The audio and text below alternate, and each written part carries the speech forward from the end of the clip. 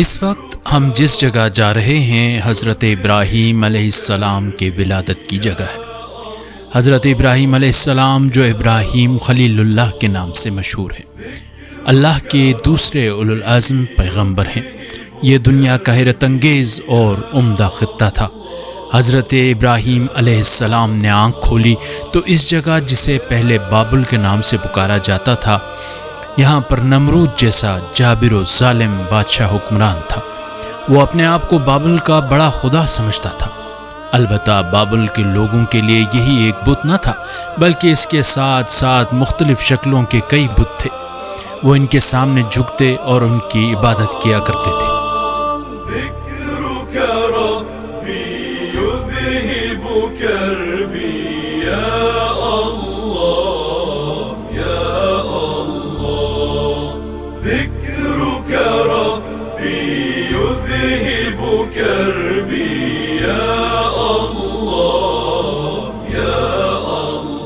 السلام علیکم یا اہل بیت النبوہ و موضع الرسالہ و مختلف الملائکہ و محبت الوحی و معذر الرحمہ و خزان العلم و منتہى الحلم و اصول الکرم و قادت الامم و ابواب الایمان و انبیاء الرحمن و صلالت النبیین و صف العلیم و عطرت خیرت رب العالمین و رحمت اللہ و برکاتہ۔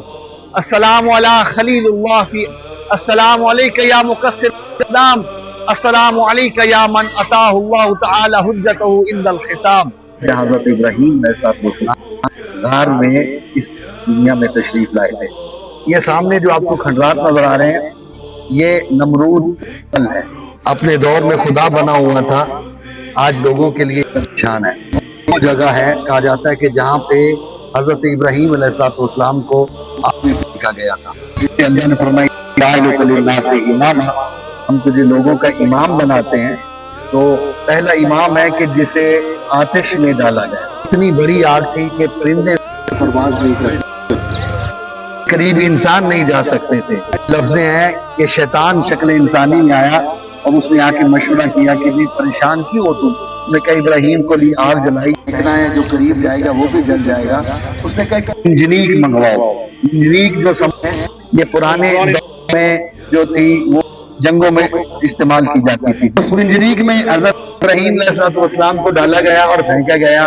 اندر چلتے ہیں، حضرت ابراہیم کی زیارت پڑھتے ہیں، اس کے بعد آپ زیارت کیجیے گا۔ اور محمد و اہل بیت محمد صلوات۔ نیچے سرداب میں تہ خانے میں زیارت ہے، دھیان سے اتریے گا، تھوڑی ہیں 10-12 سیڑھیاں۔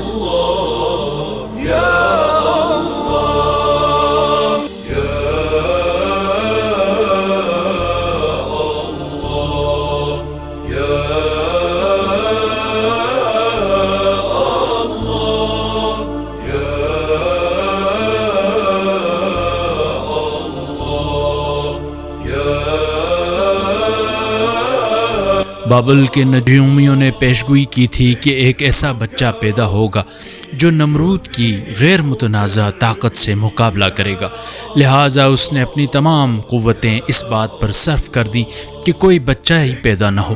اس کی کوشش تھی کہ ایسا بچہ پیدا ہو بھی جائے تو اسے قتل کر دیا جائے، لیکن اس کی کوئی تدبیر کارگر نہ ہو سکی۔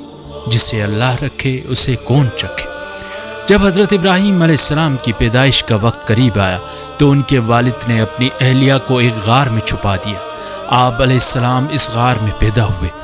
اللہ کی شان کہ حضرت ابراہیم علیہ السلام ایک دن میں ہی اتنے بڑھ جاتے تھے کہ دوسرے بچے ہفتوں میں بڑھتے تھے، اور آپ ایک ہفتے میں اتنے بڑھ جاتے کہ دوسرے بچوں کی گروتھ مہینوں میں اتنی ہوتی تھی۔ فرشتوں کی طرف سے آپ کے کھانے پینے کا نظام بنایا گیا تاکہ آپ جلد سے جلد اتنا قد اور وزن بڑھا لیں کہ کسی کو شک نہ ہو اور ماں باپ بھی امن میں آ جائیں۔ جب حضرت ابراہیم علیہ السلام جوان ہوئے تو انہوں نے درس توحید دینا شروع کیا۔ یہ وہ جگہ ہے جہاں پر حضرت ابراہیم علیہ السلام کو آگ میں پھینکوا دیا گیا تھا، اور اسی مقام پر حضرت ابراہیم علیہ السلام کو ایک آزمائش میں ڈالا گیا تھا۔ نمرود جو کہ اس وقت کا بادشاہ تھا، اس نے ان کو آگ میں ڈلوایا تھا۔ آگ کا ایک بڑا الاؤ دہکایا گیا۔ جب آگ خوب بھڑک اٹھی تو پھر حضرت ابراہیم علیہ السلام کو ایک منجنیق سے اس آگ میں پھینکا گیا۔ جس وقت حضرت ابراہیم علیہ السلام کو آگ میں پھینکا جا رہا تھا تو راستے میں حضرت جبرائیل علیہ السلام آئے، وہ ہوا میں معلق تھے۔ جبرائیل علیہ السلام نے پوچھا کہ کیا آپ کو میری مدد کی ضرورت ہے؟ تو انہوں نے فرمایا کہ مجھے اللہ ہی کافی ہے۔ وہ جگہ جہاں منجنیق تھی، اس کی نشاندہی کے لیے 2 بڑے بڑے پلرز بنائے گئے ہیں جو آج بھی ہم دیکھ سکتے ہیں۔ تو جب حضرت ابراہیم علیہ السلام کو پھینکا گیا تو وہ کئی 100 کلومیٹر کا راستہ ہوا میں اڑتے ہوئے آگ کے الاؤ تک پہنچے، اور اس آگ کو اللہ نے ان پر گل و گلزار کر دیا۔ قرآن کی آیات کے مطابق خدا نے حضرت ابراہیم کو خلیل اللہ کا مقام بھی عنایت فرمایا ہے، اسی بنا پر آپ خلیل اللہ کے لقب سے مشہور ہوئے۔ سورہ بقرہ کی آیت نمبر 127 میں آیا ہے کہ حضرت ابراہیم علیہ السلام نے اپنے بیٹے حضرت اسماعیل علیہ السلام کی مدد سے خانہ کعبہ کی تعمیر کی اور خدا کے حکم سے لوگوں کو مناسک حج کی طرف دعوت دی۔ خانہ کعبہ میں مقام ابراہیم بھی موجود تھے۔